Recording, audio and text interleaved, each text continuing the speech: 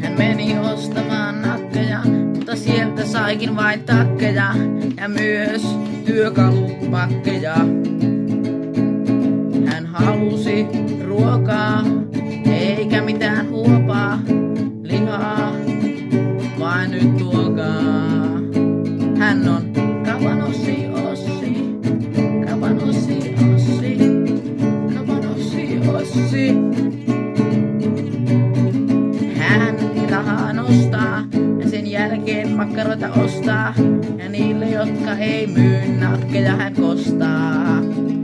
Hän makkaroita ulos kaupasta kantaa, sitten hän kävelee kohti rantaa ja makkarat vahingossa pudottaa santaan. Hän on Kapanossi Ossi, Kapanossi Ossi, Kapanossi Ossi. Nyt hänen täytyy päätänsä lyödä, koska nyt niitä ei voi enää syödä ja niiden eteen hän näki paljon työtä.